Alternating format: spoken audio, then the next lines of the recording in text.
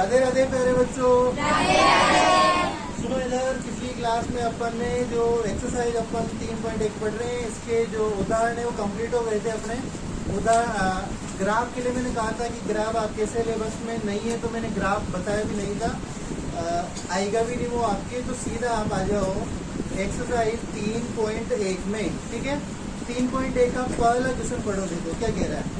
निम्नलिखित समस्याओं में रेखिक समीकरणों के युग्म बनाइए।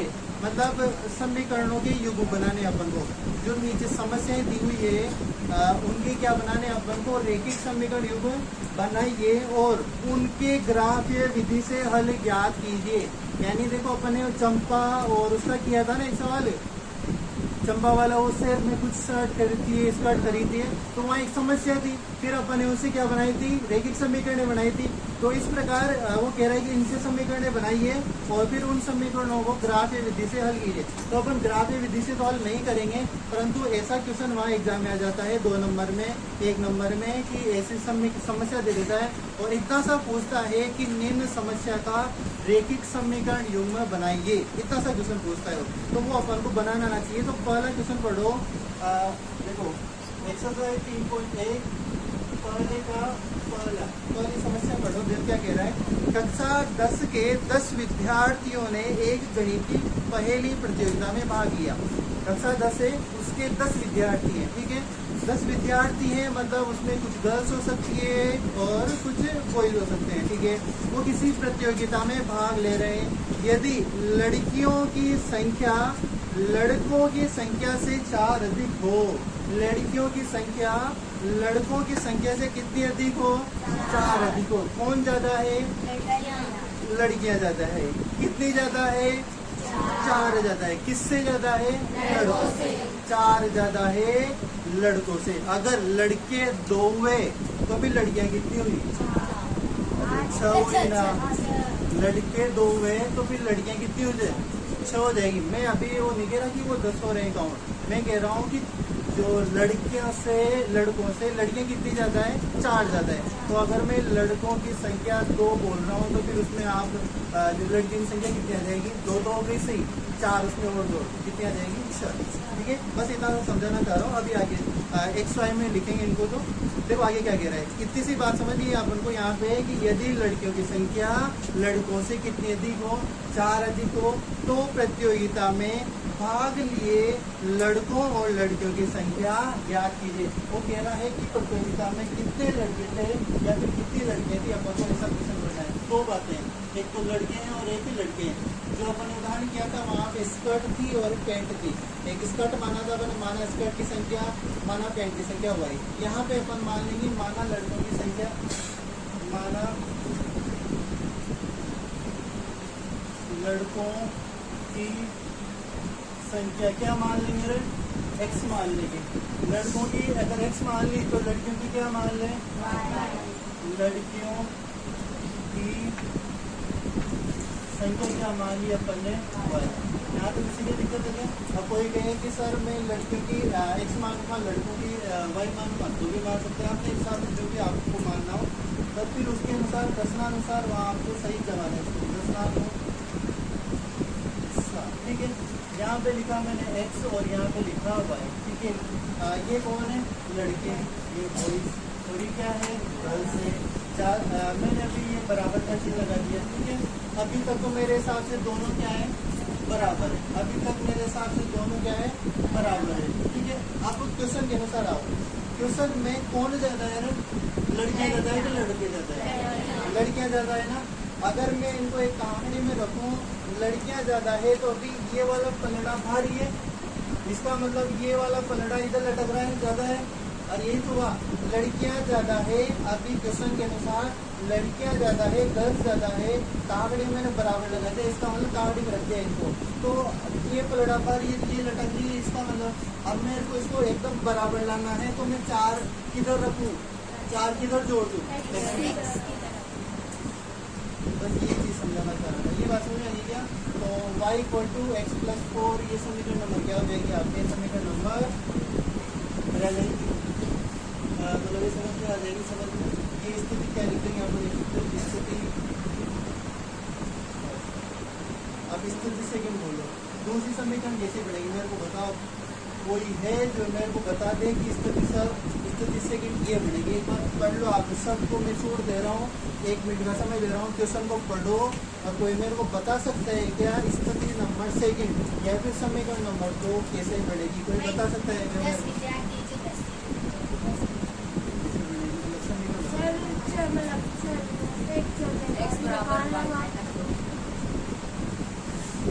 एक्स फिर तो वो तो यही वाली हो जाएगी, तो मतलब वो 2 वाला कह रहा था जो मैं सोचो देखिए कि स्थिति 2 जो समीकरण 2 है वो कैसे बनेगी।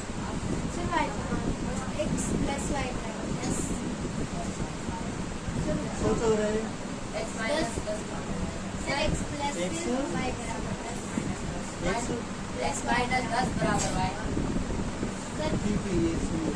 ये तेरा क्या बोल रहा था तू? सही बोल रहा। x माइनस 10 बराबर y। फिर ये इधर सुनो, देखो एक स्थिति है ना, एक स्थिति सुनो, पहली लाइन में दे रही है, पढ़ो उसको, क्या कह रखा है कि कक्षा 10 के कितने विद्यार्थी है? 10 है, यानी लड़के कितने माने? x, लड़कियां कितने माने? y। इसका मतलब x प्लस y बराबर सीधा कितना लिख सकते हो आप? अरे इन दोनों को मिला के 10 नियमित है, लड़कों को और लड़कियों को दोनों को मिला दूं मैं, प्लस कर दूं तो कितना होना चाहिए? 10। एक स्थिति ये है। पहली स्थिति क्या थी कि लड़कियों की संख्या से लड़के की मतलब सॉरी लड़कों से कितने ज्यादा है? वो 4 ज्यादा है लड़के, किससे? लड़कियों से। तो ये समीकरण नंबर 1 और ये समीकरण नंबर, अरे बात समझ में? चलो बता दो,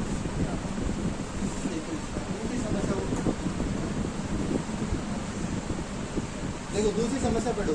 5 पेंसिल तथा 7 कलमों का मूल्य 50 है, जबकि 7 पेंसिल 5 कलमों का मूल्य 46 है। एक पेंसिल का मूल्य तथा एक कलम का मूल्य ज्ञात कीजिए। ठीक है, अपन को मूल्य तो ज्ञात नहीं करें, अपन इनको रैखिक समीकरण जो युग्म है उनमें जरूर रिपीट करते हैं इनको। तो सबसे पहले क्या माना एक, किसका मूल्य मानोगे आप? पेंसिल का मूल्य। किसका मानोगे? माना एक पेंसिल का मूल्य, क्या मान लिया आपने? x। पीछे अगर मूल्य है तो क्या लगा दोगे? रुपए। ठीक है, x रुपए। ठीक है, एक कलम का मूल्य वो कितना मान लोगे? y रुपए। अगली बात सुन में इधर सुनो, प्रश्नानुसार ये क्यों लिखते हैं ये? प्रश्नानुसार मतलब प्रश्न में क्या कह रहा है? प्रश्न के अनुसार, प्रश्न के अनुसार। तो प्रश्न के अनुसार पहला देखो कितनी पेंसिल है? 5 पेंसिल है। कितनी पेंसिल है? 5 पेंसिल। और कितने कलम है? 7 कलम है। 5 तो पेंसिल है, 7 कलम है। इधर बताओ मेरे को, एक पेंसिल का मूल्य कितना है? x है। एक पेंसिल का मूल्य कितना है? x है। एक पेंसिल का मूल्य x है, तो 7 पेंसिल का मूल्य कितना हो जाएगा? 7x। ठीक है, एक कलम का मूल्य कितना है? y है। तो फिर ये बताओ मेरे को 7 कलम का मूल्य कितना है? 5 है। ठीक है, एक कलम का मूल्य कितना है? y। तो 7 कलम का मूल्य कितना हो जाएगा? 7y। ये 5 पेंसिल का मूल्य और ये 7 कलम का मूल्य, दोनों को मिलाया तो कितना होना चाहिए? 50 होना चाहिए। सब में ये स्थिति कौन सी थी आपके? स्थिति कौन सी थी? ठीक है, ये स्थिति पर समीकरण क्या दे दो भाई? स्थिति सेकंड देखो, स्थिति सेकंड क्या कह रही है? कितने पेंसिल कितनी है? 7। तो 7 पेंसिल का मूल्य हो जाएगा 7x। और कलम कितने हैं? 5y। मूल्य कितना है? 46।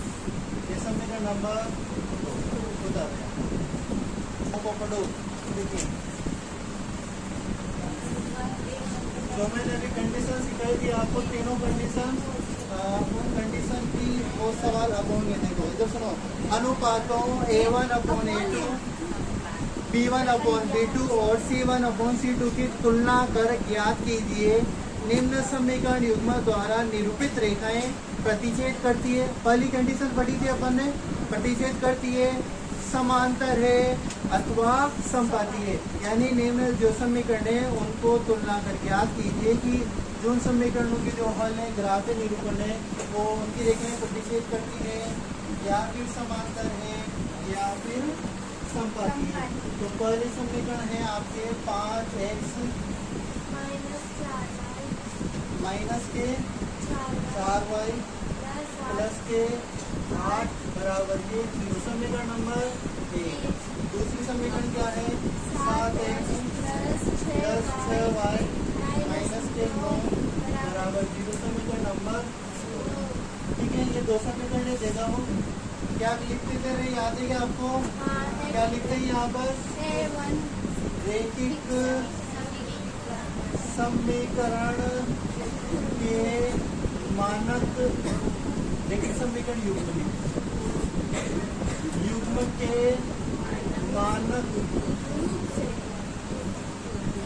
मानक रूप से क्या करने पर? तुलना करने पर। उसी राम खड़ा होना तो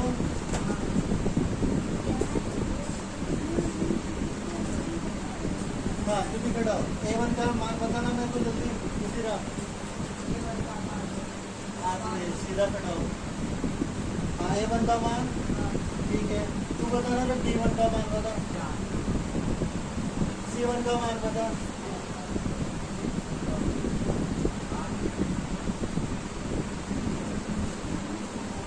A2 का मान क्या नाम है? मुझे राउंड बता रहे। A2 का मान बता। ठीक है, B2 का मान बता। C2 का मान बता। ठीक है, ये और सारे सी के एक बार चेक कर लेते हैं। कैसे बोला जाए? हाँ, मतलब B1 का मान गलत है, क्या लिखो इसके साथ?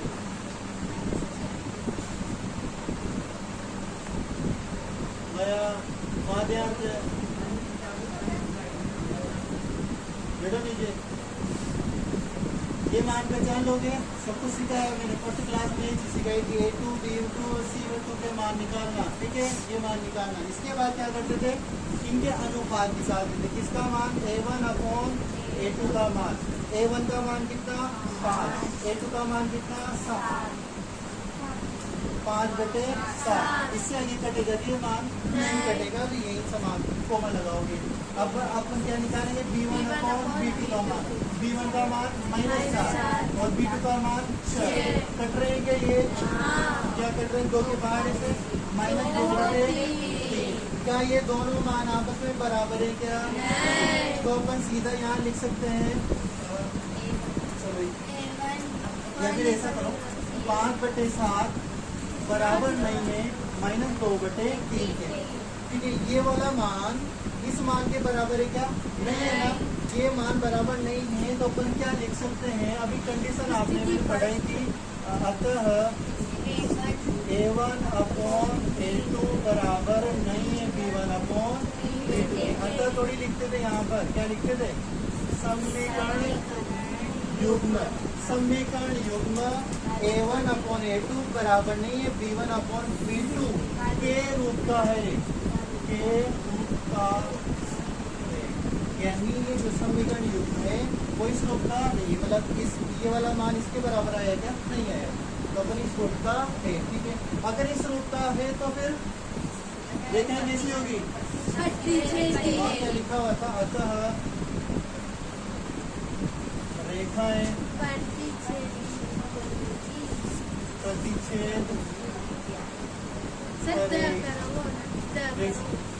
प्रतिच्छेद करेगी। क्या करेगी? रेखाएं प्रतिच्छेद करेगी। या फिर यूँ भी लिख सकते हैं कि इनका ग्राफ निरूपण, ग्राफ जो निरूपण है वो प्रतिच्छेद करता हुआ मिलेगा। ऐसे यहाँ से लिख सकते हैं, रेखाएं प्रतिच्छेद करेगी, ऐसा भी लिख सकते हैं। अरे अगर बात समझ में कर लोगे इस प्रकार सवाल बता दिया। सुनो दूसरा, देखो दूसरा क्या कह रहा है?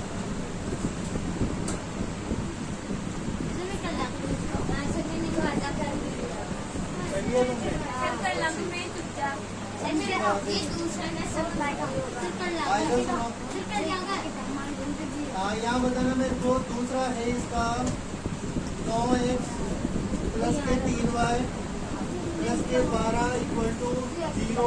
समीकरण नंबर 1 18x प्लस के 6y प्लस के 24 इक्वल टू 0। समीकरण नंबर 2। ठीक है, देखिए ये लोग डिजिट करना होगा।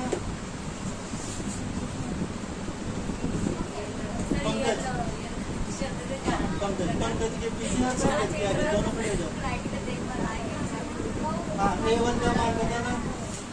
आगे A1 का मान 9। ठीक है, B1 का बताना। पंकज बता दीजिए B1 को 3 लिख दो। मेरा फादर C1 को मान बता दीजिए 12। ठीक है, वापस आगे से बता दीजिए। A2 को मान बता दीजिए। B2 को मान, C2 को मान 22। सही है, देखें सुरेश बता दीजिए सही मान लिखेगा। सही लिख दिया, जब से नो बेटो सुरेश पढ़ाओ। A1 अपॉन A2 का मान बोल आयुष खड़ा हो जाए। A1 अपॉन A2 का मान बोल सुरेश। 9 बेटा 18। क्या आगे हल होगा क्या? नहीं हो? चल आयुष बता B1 अपॉन B2 का मान 3/6। आगे हल होगा क्या? कितना होगा? 1/2। क्या C1 अपॉन C2 का मान भी निकालें? देखिए वो बता C1 अपॉन C2 का मान। आयुष बता।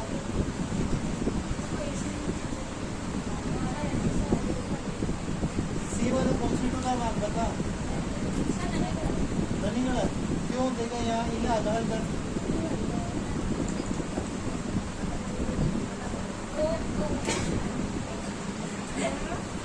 जिस पहाड़े से कट रही है बता मेरा। हाँ, 3 के बाद आगे 9 के पहाड़े में दोनों संख्या नहीं आती।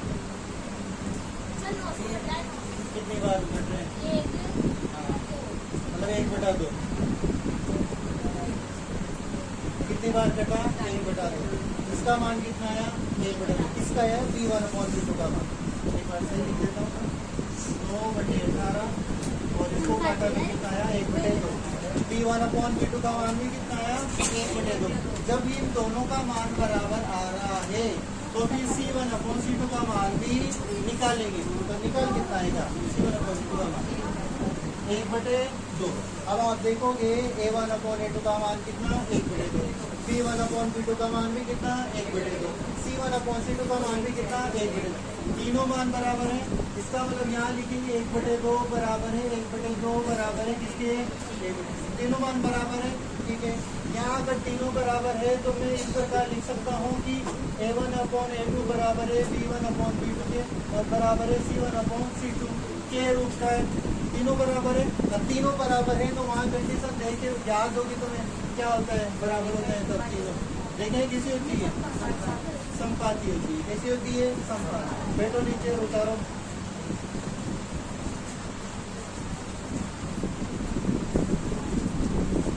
रेखा है संपाती होगी। नहीं पूछा कि सर आपने पिछले वाले क्वेश्चन में तो 2 ही मान निकाले थे, A1 upon A2 B1 upon B2 का निकाला, C तक नहीं निकाला। और इस बार आपने तीनों के निकाल लिए।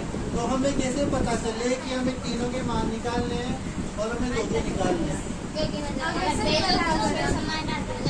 आगे बात समझ में? अगर पहला दूसरा बराबर आ गया तो आपको तीसरा निकालना है। अजय बात समझ में?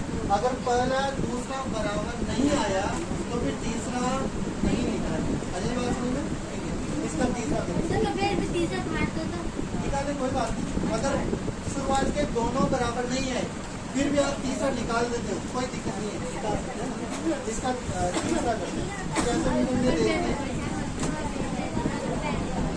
6x 3y प्लस के 10 इक्वल टू 0। समीकरण नंबर 1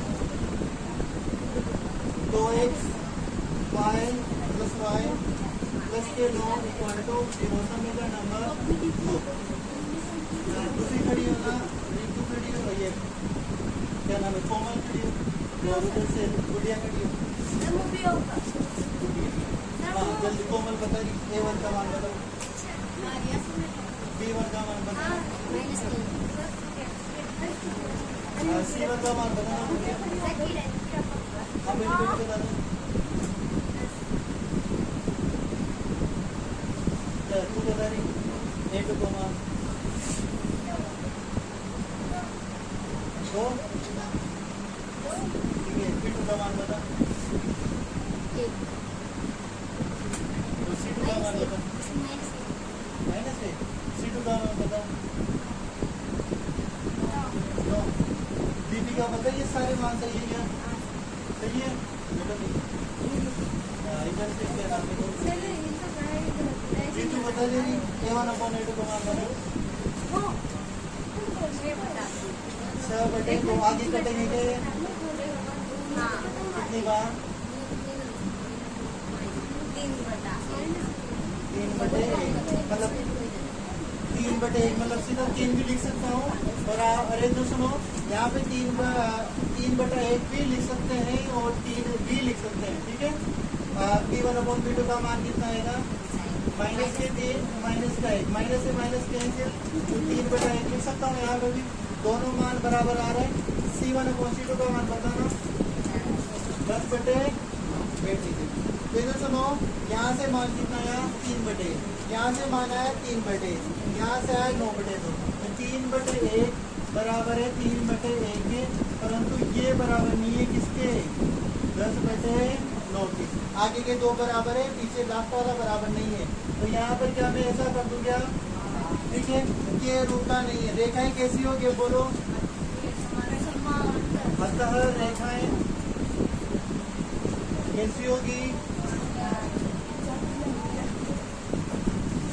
समांतर होगी। तो अपने इस प्रकार क्वेश्चन नंबर 2 कंप्लीट होता है। क्वेश्चन नंबर 3 को पढ़ो, वहाँ भी इसी प्रकार का क्वेश्चन है, परंतु यहाँ पे अलग आपसे पूछी जाएगी बात। तो सुनो क्या कह रहा है, अनुपातों A1 upon A2, B1 upon B2 और C1 अपॉन C2 की तुलना कर ज्ञात कीजिए निम्न रैखिक समीकरणों के युग्म संगत या असंगत।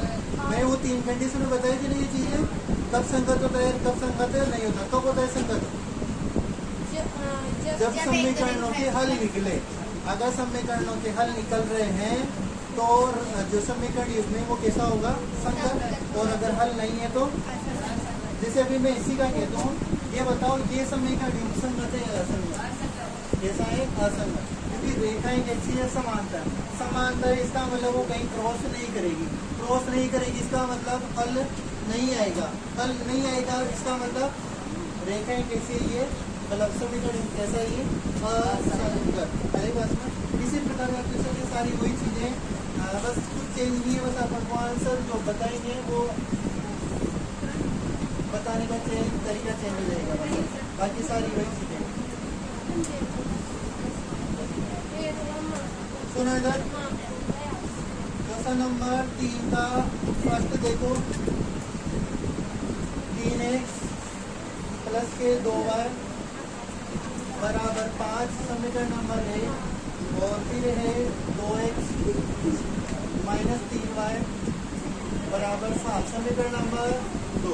इधर सुनो, ज्यादा कोई चेंज नहीं है। एक तो पहला ही चेंज तो आप देखोगे कि जो C1 का मान है, दैट इज अचर पद है, वो राइट हैंड साइड है, ठीक है, इधर है, उसकी कोई दिक्कत नहीं। अपन को ये मान निकाल लेते हैं। A1 का मान कितना होगा, 3, B1 का मान कितना होगा, 2, C1 का कितना होगा, 5 या -5, -5।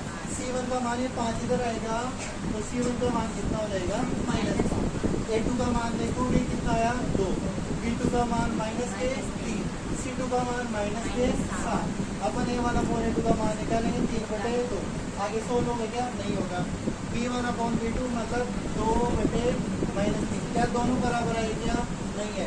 अगर ये बराबर नहीं है तो C1 का मान निकालने जा सकता नहीं है। अपन यहाँ लिख देंगे 3 बटा 2 इज नॉट इक्वल टू 2 बटे -3, क्या दोनों बराबर है क्या, नहीं। अगर ये बराबर नहीं है तो फिर यहाँ क्या लिखेंगे, ये लिखेंगे A1/A2 is not equal B1/B2, ये रूप का है। अगर ऐसा है तो तब समीकरण लिख सकते हैं। अतः समीकरण, अब मेरे को ये बताओ, अगर ये कंडीशन लागू हुई है तो रेखाएं कैसी आती है, मतलब प्रतिच्छेद, मतलब वो एक बार क्रॉस करेगी जिसका मतलब हल आएगा, इसका मतलब समीकरण योग कैसा है, संगत है। समीकरण योग कैसा है, संगत। बता रहे हैं। अरे इधर सुनो, ये जो क्वेश्चन नंबर 3 टाइम हो गया अपने, पहला मैंने करवा दिया, बाकी जो बच रहे हैं ना, दूसरा, तीसरा, चौथा, इनको आप करना। और क्वेश्चन नंबर 4 को भी पढ़ना। 4 भी सेम ऐसा ही क्वेश्चन है, संगत असंगत। बाकी क्वेश्चन नंबर 4 में बस वो ये कह रहा है कि अगर संगत है तो ग्राफ में विधि से हल करो, तो अपन को ग्राफ शुरुआत से कुछ नहीं करना, बस आप इतना सा कर लेना उसको, क्वेश्चन नंबर 4 को भी, ठीक है। और फिर क्वेश्चन नंबर 5 और 6 बचेगा, जिसको अपन कल करते हैं, कल समाप्त करते हैं, ठीक है। आज के लिए